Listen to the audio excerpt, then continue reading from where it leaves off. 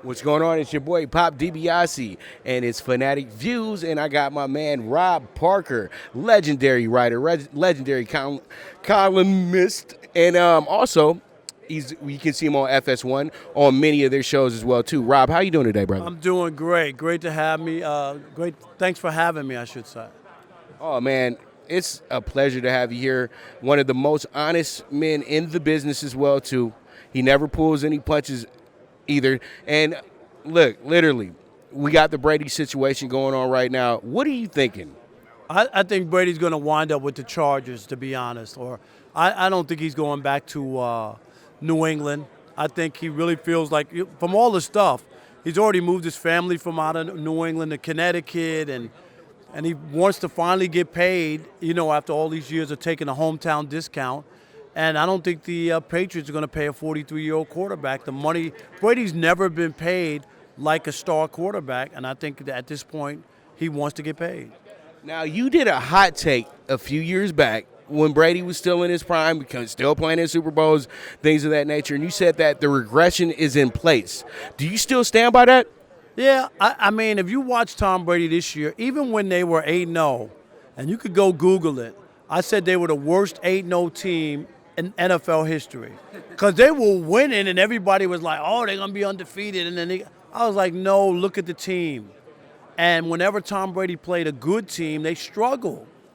They beat up all the also-rans. It was like Dak Prescott, the first three games. Go back. First 3 games of the year, everybody was ranting and raving Dak was going to be elite. What happened? No Pro Bowl, 8-8, no playoffs. Because once they played the better teams, it just didn't work out. And the same thing with Brady.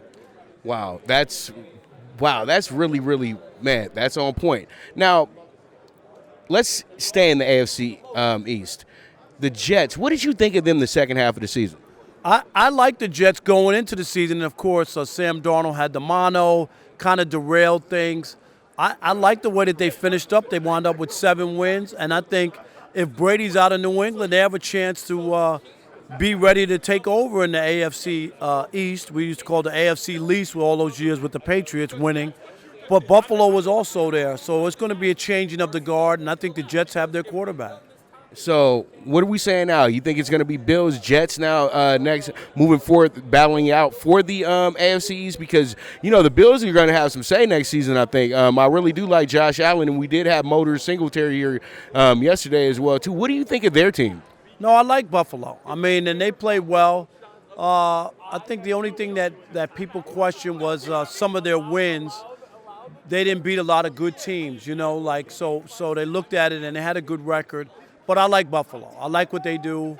I thought they had a chance to win a playoff game and fell apart at the end, but they were there. All right, and this is a very important question.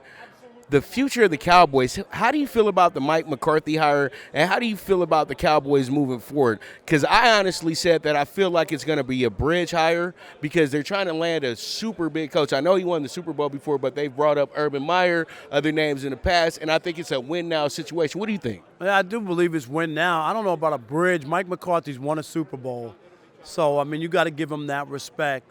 But is he going to be able to really get to do what he wants? Because the problem with the Cowboys the last 25 years is Jerry Jones.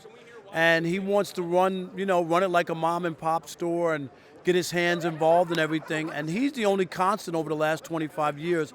And when you think the Cowboys have won, 3 or 4 playoff games in 25 years, it's shocking. But will he let McCarthy run the team and do what needs to be done? And then the jury's still out with me when it comes to Dak Prescott. I'm not there. I'm not so sure that everything doesn't have to be perfect for him to be able to win.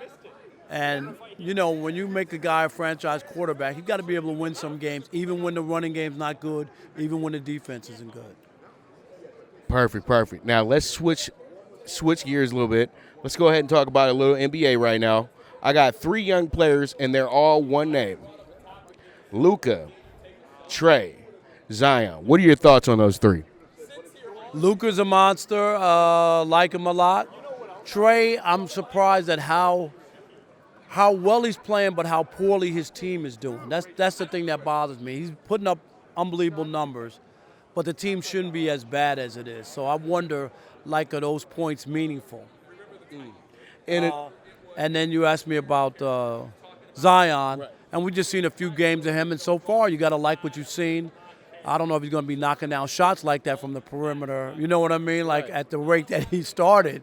But so far, so good, and it's good to see the guy back on the court. and people really don't understand. Like they were literally like playing park defense when they were letting him shoot those 4 threes. Sit at the free throw line, just let him shoot. You know, Well, what I mean? because they don't believe in it, and until he continues to make them, and they feel like, okay, we got to guard him now. You know, just like baseball, when you first come up, they throw you fastballs because they want to see if you can hit it, and guys might start knocking a couple out of the park, and then all of a sudden, Uncle Charlie's coming, and you're going to struggle.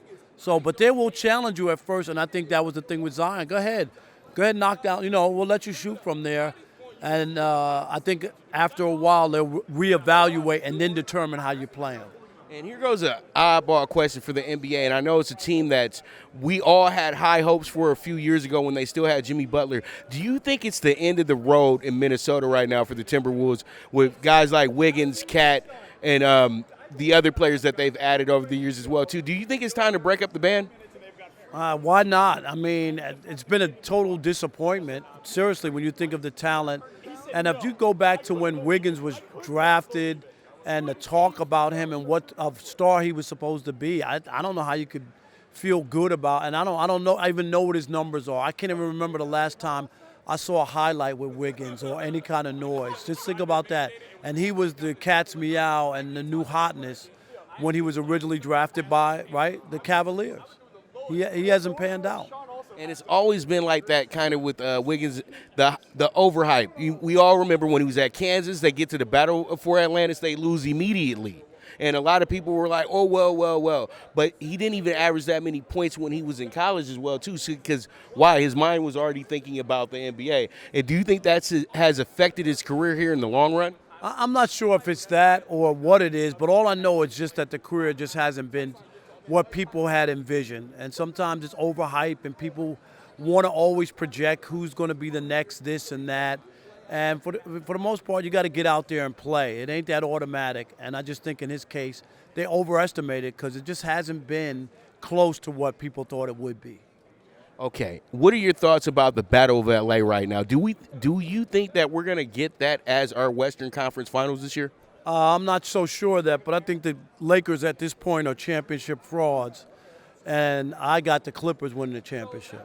I'm not sold on the Lakers at all. They got a lot of issues from closers. LeBron's the only real closer. You know, if you're Anthony Davis, you got to get the ball from somebody else, which makes it tougher. You look at their record against the top 4 teams in each conference. They're just a 500 team. They haven't beaten the Clippers at all. Clippers beat them without Paul George in game 1. And you just start to look at it. I'm just not so sure. I'm not saying that they're not good and they're not going to stockpile wins and they're not going to be in the hunt. But if you told me who's going to win the NBA championship, it's the Clippers, not the Lakers. Okay, so the Bucks, Celtics, what are your thoughts about them? I like the Bucks. I like Kawhi. I like Doc Rivers. I like Paul George.